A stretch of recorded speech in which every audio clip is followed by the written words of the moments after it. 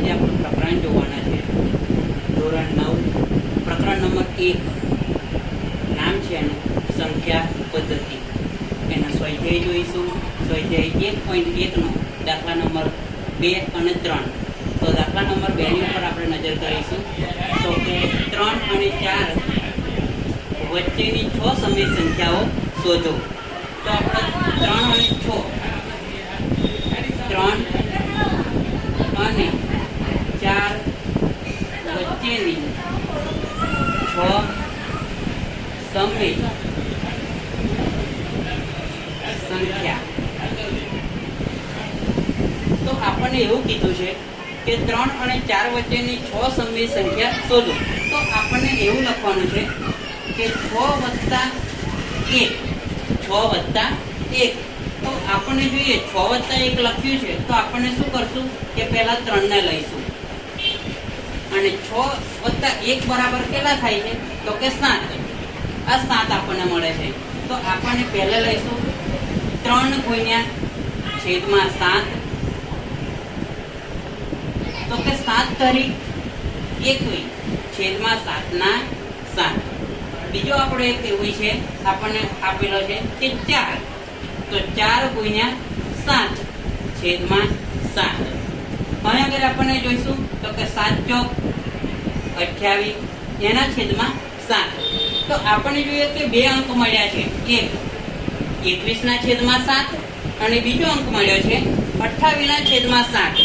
તો હવે આપણે લખીશું કે 21 ના છેદમાં 7 એનાથી આગળ જોઈશું તો કે 22 ના છેદમાં 7 23 ના છેદમાં 7 24 ના છેદમાં 7 25 ના છેદમાં 7 26 ના છેદમાં 7 27 ના છેદમાં 7 અને 28 ના છેદમાં 7.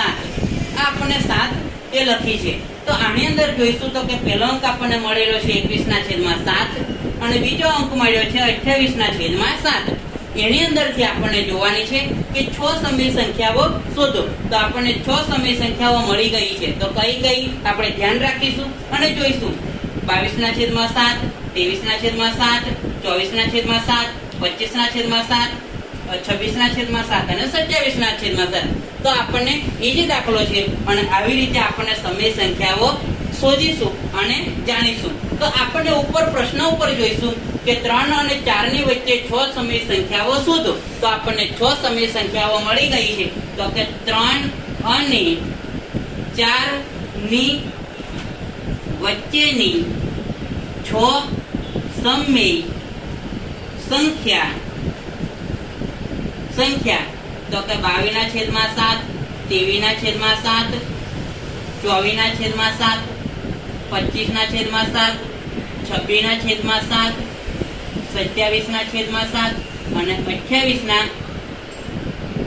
આપણને આ 6 સમય સંખ્યાઓ એ આપણને મળી ગઈ છે. તો આપણને જે બીજા નંબરનો દાખલો હતો 6 સમય સંખ્યા શોધો તો આપણને શોધી લીધી છે. હવે જોઈશું આપણે દાખલા નંબર 3 ઉપર. તો દાખલા નંબર 3 માં જોઈશું તો કે 3 ના છેદમાં 5 છે અને 4 ના છેદમાં 5 છે.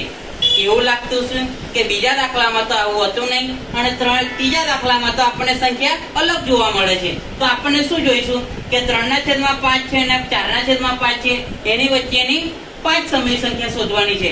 તો આપણે એ પણ જોઈશું તો કે 3 અને 5 અને 4 અને 5 થોડું વિચારીને લખીશું ને સમજીને લખીશું તો સ્પષ્ટ ખબર પડશે કે 4 ના છેદમાં 5 વચ્ચેની 5 સમય સંખ્યા. તો અહીં પણ જોઈશું. તો પહેલા આપણને સમય સંખ્યા કેટલી શોધવાની છે આ ધ્યાનથી વિચારવાનું છે, સમજવાનું છે અને જોવાનું છે. તો અહીંયા આપણે બીજા દાખલામાં 6 જોવાની હતી અને આ દાખલામાં આપણને 5 જોવાની છે. 5 સમય સંખ્યા. તો અહીં આપણે લખીશું 5 વત્તા 1. 5 વત્તા 1 બરાબર કેટલા થાય છે તો કે 6. અહીં આગળ આપણને જોઈશું તો કે હવે પહેલું પદ આગળ લઈશું તો કે 3 ના છેદમાં 5 5 લીધા છે. તો શું કરીશું તો કે 6 નો ગુણાકાર કરીશું. બંને બાજુ 6 નો 6 3 ગુણ્યા 6 ગુણ્યા 5 ગુણ્યા 6. અહીં આગળ આપણે જોઈશું તો કે બંનેનો ગુણાકાર મળતા જો ઘડિયા આવડતા હશે તો આપણે આગળ ગુણાકાર કરી શકીશું. તો એ પણ ધ્યાન હોવું જોઈએ. તો કે 6 તરી 18 અને 5 છંગ 30. તો આપણને પેલું મળે છે. હવે બીજી રકમ આપણે જોઈશું તો કે 4/5. આ પણ આપણે ગુણાકાર કરીશું. આગળ આપણને સંખ્યા મળી છે 6 ગુણ્યા 6. તો બંનેની રકમ ગુણતા આપણે જોઈએ તો કે 6 ચોક 24 અને 5 છંગ 30. આપણને બે રકમ મળી ગઈ છે, 18/30 અને 24/30.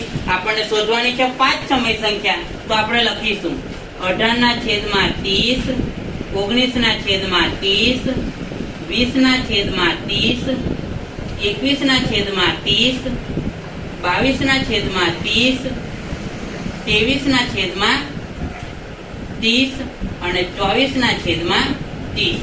આ આપણને જે બે રકમ મળી હતી દાખલામાં એ રકમ લખી છે.